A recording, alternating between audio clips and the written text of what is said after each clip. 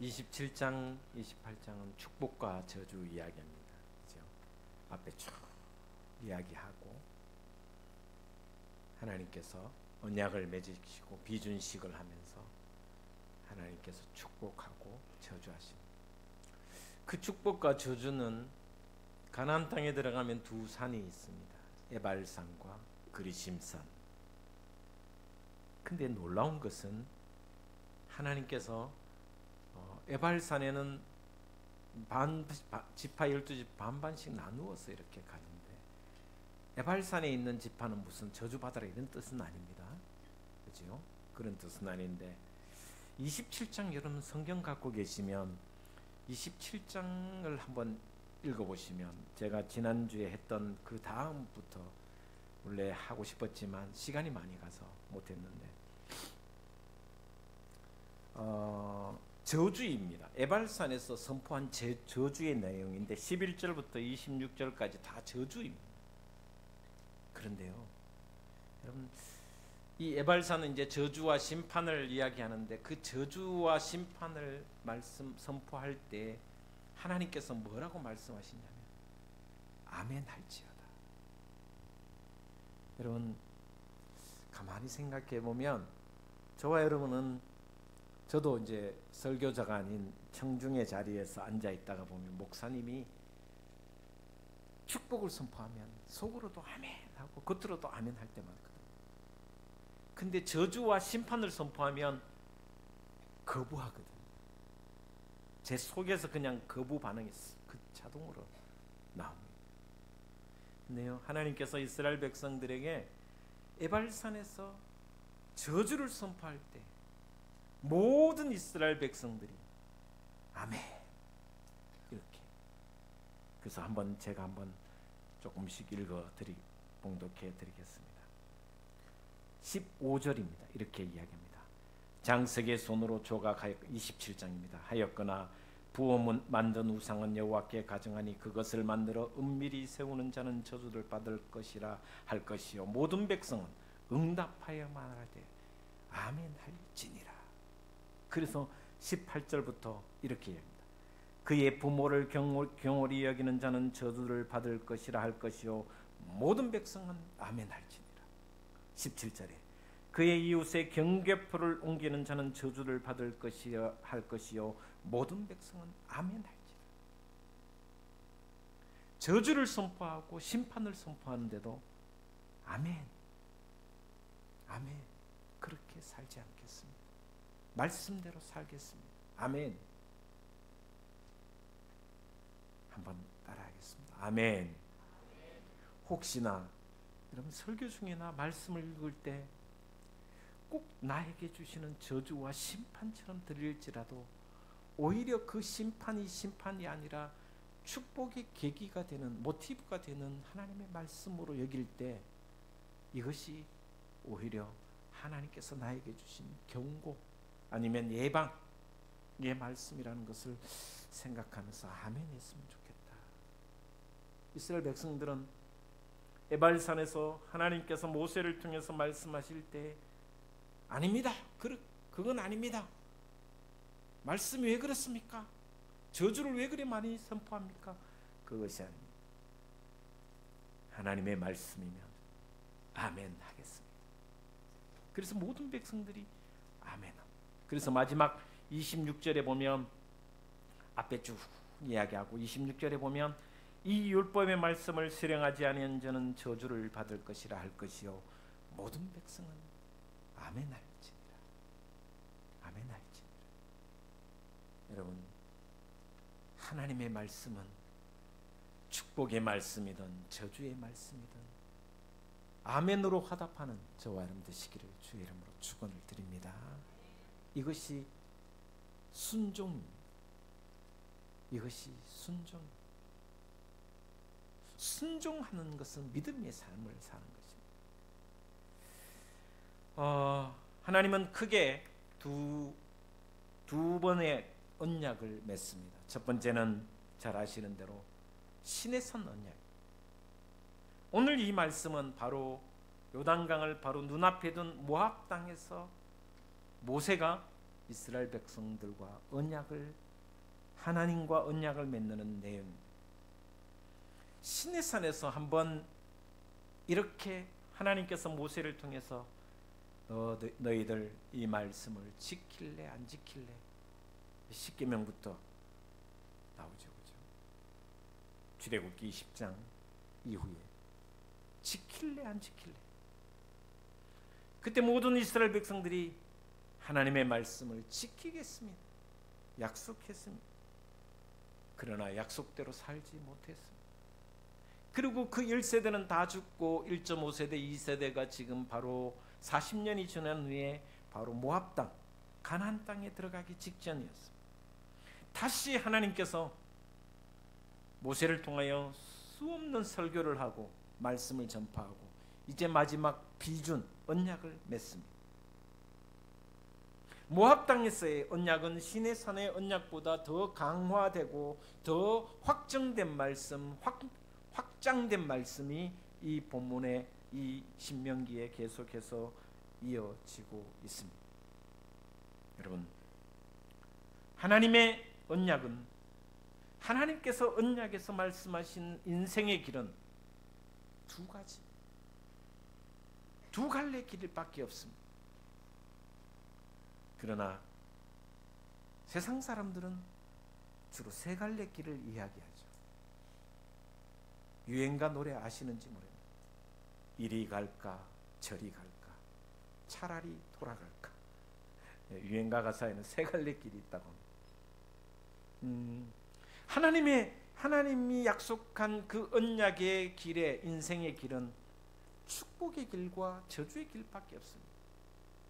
축복 아니면 저주입니다.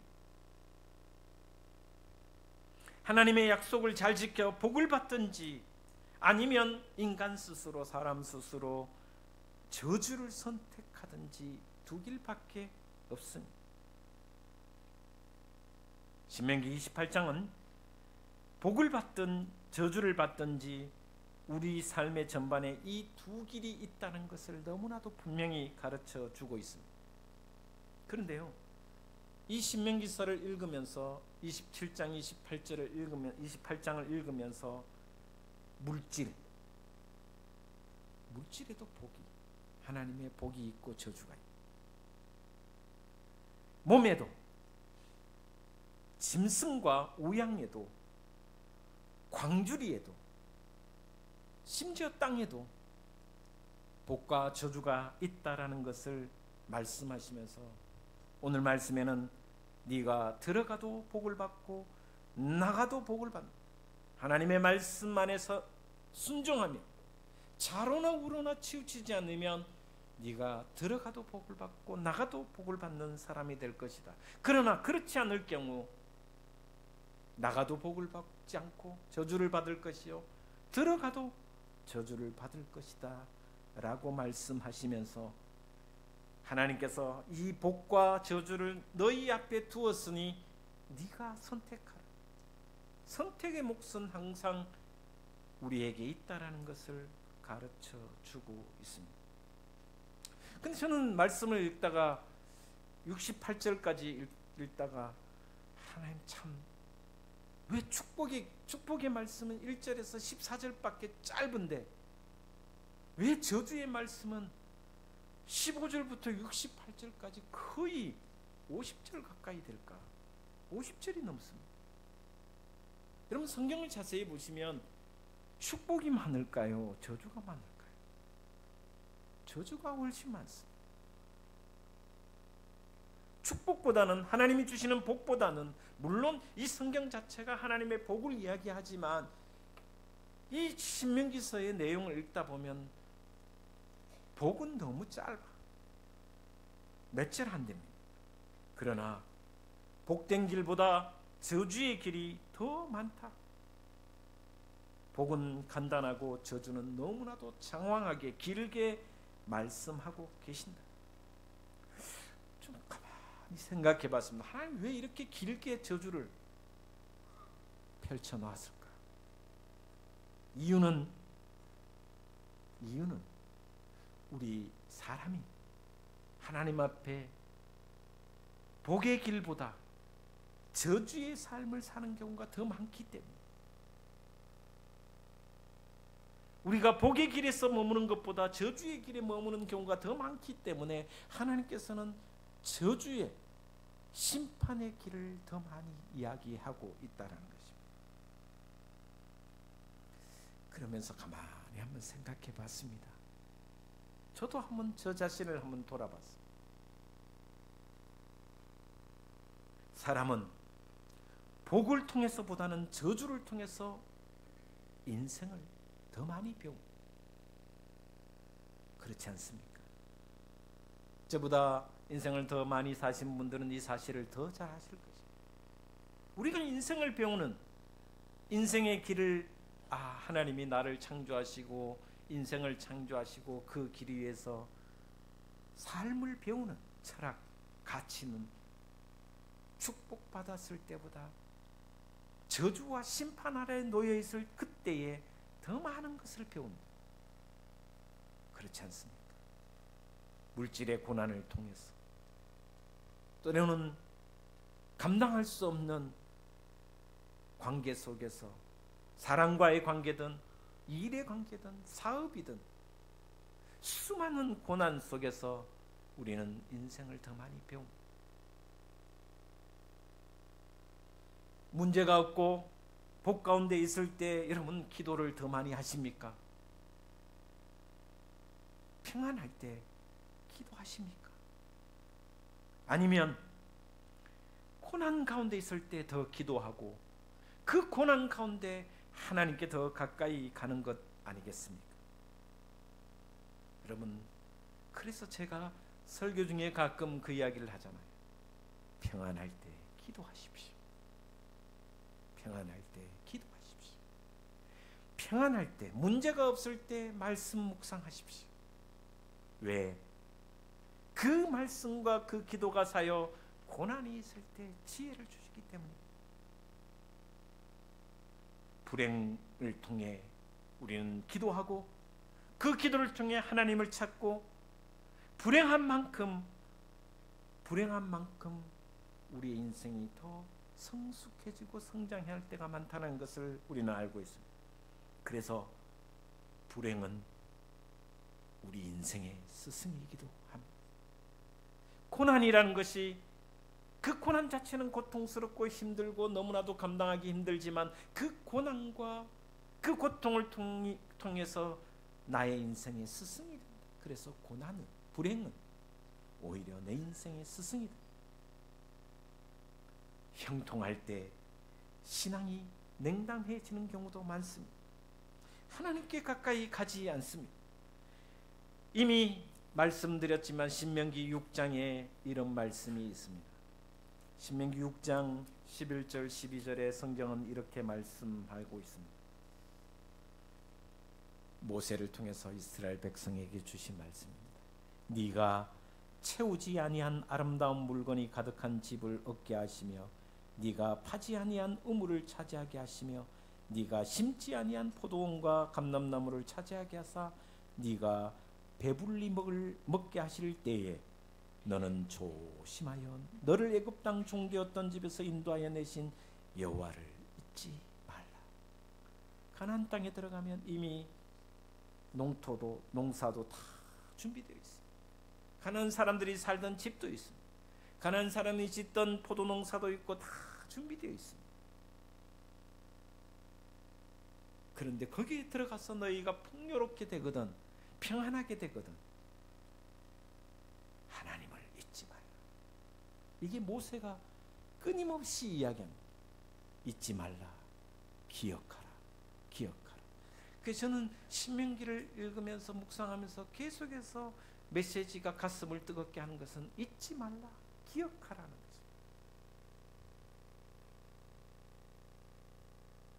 그래서 복보다는 저주가 많다라는 것입니다. 그렇다고 해서 하나님은 저주를 좋아하시는 분은 아닙니다. 오히려 저주는 하나님의 자비로운 경고입니다. 저주가 나올 때, 심판이라는 단어가 나올 때 하나님의 경고, 자비로우신 하나님의 경고, 망하기 전에 하나님께서 네가 깨우쳐라는 경고의 말씀이라. 자비로운 경고라는 것입니다. 왜? 이런 일이 일어나지 않도록 하라는 의미와 이런 일이 일어날 때 깨달아야 함을 가르치는 말씀. 그래서 하나는 경고고 하나는 예방입니다. 그래서 이 28장의 말씀 15절부터 68절까지 계속 나오는 저주의 말씀이 왜 이렇게 기노? 저도 읽다가 안 읽고 싶은 말씀들이 많이 있습니다. 묵상하다 보면 너무 길기도 하지만 너무 많다. 이 말씀은 안 읽고 싶고 넘어가고 싶다. 그러나 그것은 바로 하나님의 자비로우신 경고의 말씀이며 예방의 말씀입니다. 그래서 저주와 심판의 말씀은 오히려 하나님의 축복이다라는 것을 가르쳐주고 있습니다. 너에게 이런 일이 일어나지 않도록 깨어있으라는 말씀. 이런 일이 일어났으면 늦었지만 깨달으라는 하나님의 말씀입니다. 신명기 28장은 네 가지가 있습니다. 우리 인생에 네 가지가 있습니다. 이것은 여러분 한번 꼭 가슴에 담아두고 27장 8장을 읽었으면 좋겠습니다. 첫 번째, 축복과 저주는 예언되어 있다라는 것입니다. 축복과 저주는 예언되어 있다라는 것입니다. 재앙, 가뭄, 심판, 침략, 기근, 질병, 황폐함은 하나님이 예언해 놓으셨다는 것입니다. 그래서 신명기 28장은 하나님의 축복도 예언되어 있고 하나님의 심판도 예언되어 있다는 것을 우리는 가슴에 새겼으면 좋겠습니다. 두 번째, 모든 심판과 모든 축복은 모든 사람에게 미친다. 누구도 예외가 없다는 거죠. 축복의 말씀이든 저주의 심판의 말씀이든 예외가 없습니다. 순종하면 복이 임하고 순종하지 아니하면 악을 행하면 하나님께 버림받는다라는 것입니다. 이것이 두 번째 말씀입니다. 세 번째는 하나님의 심판은 우리 인간에게뿐만 아니라 모든 영역, 모든 곳에 영향력을 미친다라는 거죠. 농업에도, 전쟁에도, 결혼한 가정에도, 자식에게도, 사회생활에도 모든 영역 하나님의 심판이 있고 하나님의 축복이 있다라는 것입니다. 다시 말하면 우리 사람에게만 미치는 것이 아니라 나와 함께하는 모든 환경에 다 미친다. 네 번째, 그러나 하나님의 심판은, 하나님의 저주는 피할 수 있다라는 것입니다. 저주의 삶은 피할 수 있다. 많은 사람들이 신앙생활을 어떻게 하냐면 내 마음에 드는 하나님, 내 뜻에 맞춘 하나님으로 하나님을 조종하려고 합니다. 그러면 신앙생활 하시는 분 자세히 들여다보면 우리 둥지교회는 그런 분 없는데 하나님을 꼭 자기가 조종하는 거예요. 내 뜻에 맞는 하나님만 골라서, 말씀도 내 마음에 맞는 말씀만 골라서 자기 뜻에 맞추려고 합니다. 다시 말하면 내 뜻, 내 생각대로 움직여주는 하나님을 믿으려고 하는 겁니다. 여러분 안 그런지 나를 한번 돌아봤으면 좋겠습니다. 저주를 선택하지 않을 수 있는 길이 있습니다. 모든 하나님의 말씀을 듣고 그 말씀에 순종하면, 그리고 하나님의 말씀을 듣고 좌로나 우로나 치우치지 않으면 피할 수 있다.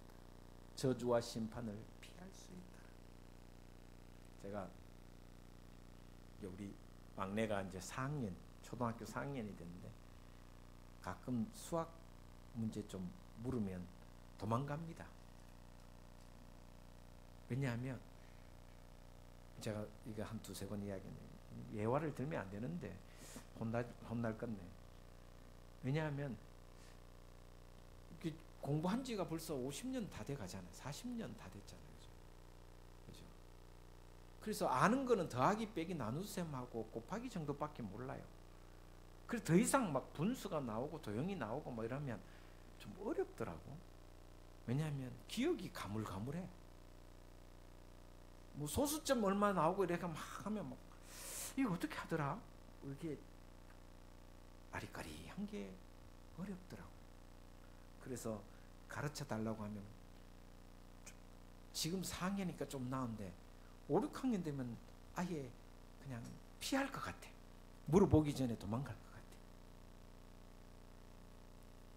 여러분 생각해보면 제가 초등학교 1학년 때부터 고등학교 3학년 때까지 얼마 공부했습니까?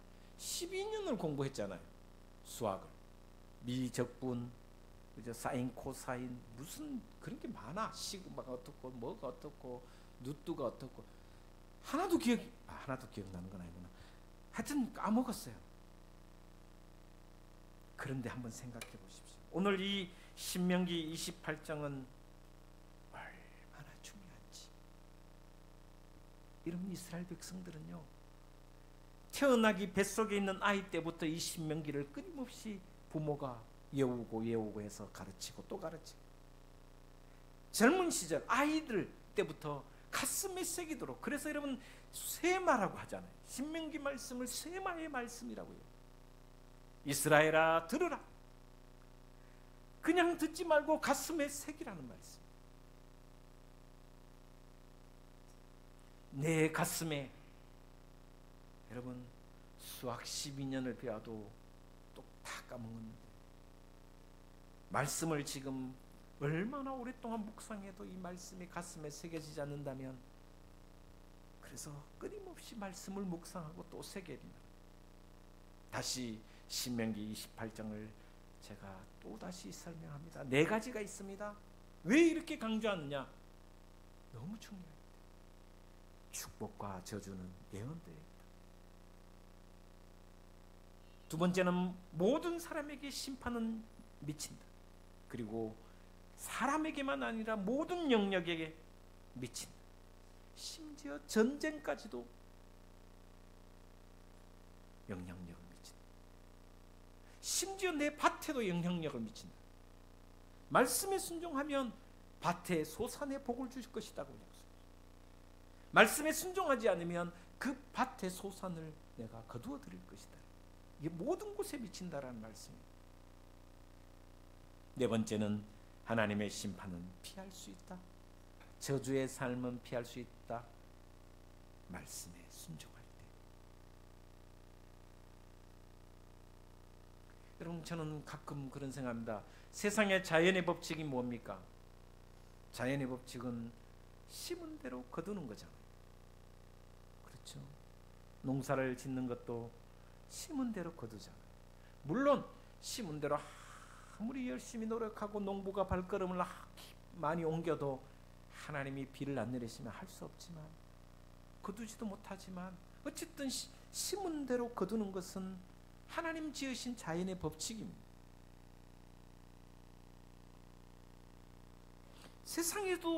세상에서도 복을 받으면, 열심히 하면, 최선을 다하면 열매를 거두는 게 법칙인데, 하나님의 말씀은 오죽하겠습니까? 하나님의 말씀은 오죽하겠습니까? 순종하고 말씀을 지키고 행하면 복의 복을 더하신다는 말씀이 오늘 말씀의 내용입니다. 다시 한번 1절부터 14절까지 축복만 제가 여러분에게 같이 봉독했으면 좋겠습니다. 한 번 더 1절부터 14절까지 말씀을 같이 읽고 오늘 말씀을 마치도록 하겠습니다. 같이 보겠습니다. 1절 먼저 보겠습니다. 시작. 네가 내 하나님 여호와의 말씀을 삼가 듣고 내가 오늘 내게 명령하는 그의 모든 명령을 지켜 행하면 내 하나님 여호와께서 너를 세계 모든 민족 위에 뛰어나게 하실 것이라. 할렐루야. 그냥 뛰어나게 하는 게 아니라 세계 모든 민족 위에 뛰어나게 하실 것이다. 이 말씀은 지금 그대로 이루어지고 있습니다. 여러분, 세계 모든 나라 200 몇십 개 나라 중에 가장 뛰어난 나라가 유대인들입니다.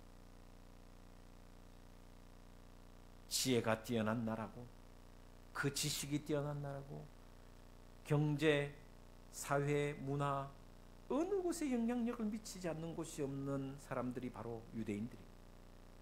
말씀에 순종합니다. 2절입니다. 같이 보겠습니다.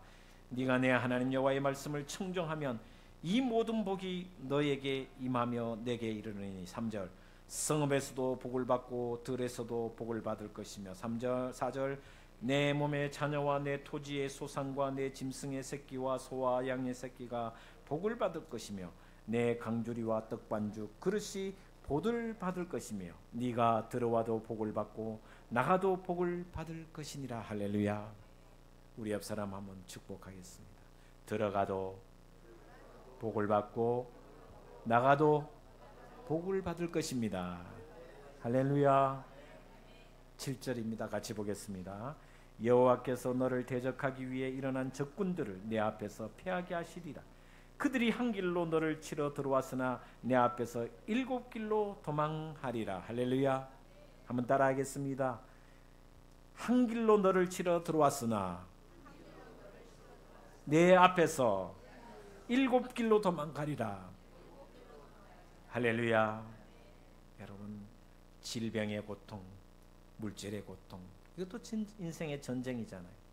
이 말은 국가적인 전쟁도 문자 그대로 이야기하면 국가적인 전쟁도 이야기하지만 우리의 인생의 전쟁이 있어요. 그 질병이 한 길로 들어왔지만 나갈 때는 7 길로 도망가요. 얼마나 큰 축복입니다. 8절을 같이 보겠습니다. 시작. 여호와께서 명령하사 내 창고와 내 손으로 하는 모든 일에 복을 내리시고 내 하나님 여호와께서 내게 주시는 땅에서 내게 복을 주실 것이며. 우리 옆 사람 한 번 더 축복하겠습니다. 내 손으로 하는 모든 일에 복을 내리시라. 할렐루야. 9절, 여호와께서 내게 맹세하신 대로 너를 세워 자기의 성민이 거룩한 백성이 되게 하시리니 이는 내가 내 하나님 여호와의 명령을 지켜 그 길로 행할 것임이라. 10절, 땅의 모든 백성이 여호와의 이름이 너를 위하여 불리는 것을 보고 너를 두려워하리라. 여러분, 우리가 복 받는 것을 보고 세상 사람들이 하나님을 볼 것이다, 이 말입니다. 놀라운 축복 아니겠습니까?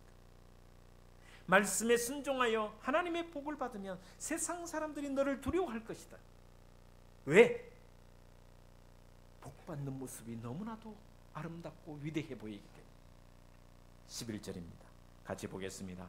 여호와께서 내게 주리라고 내 조상들에게 맹세하신 땅에서 내게 복을 주사 내 몸의 소생과 가축의 새끼와 토지의 손산을 많게 하시며. 12절, 여호와께서 너를 위하여 하늘의 아름다운 보고를 여시사 내 땅의 때를 따라 비를 내리시고 내 손으로 하는 모든 일에 복을 주시리니 내가 많은 민족에게 구워질지라도 너는 꾸지 아니할 것이요. 할렐루야. 13절 14절 같이 보겠습니다.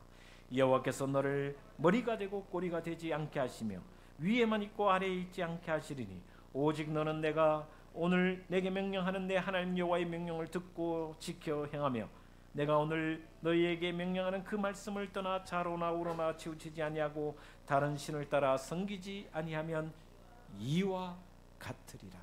하나님의 약속입니다. 이 말씀이 여러분에게 복이 되기를 주의 이름으로 축원을 드립니다. 기도하겠습니다. 주님,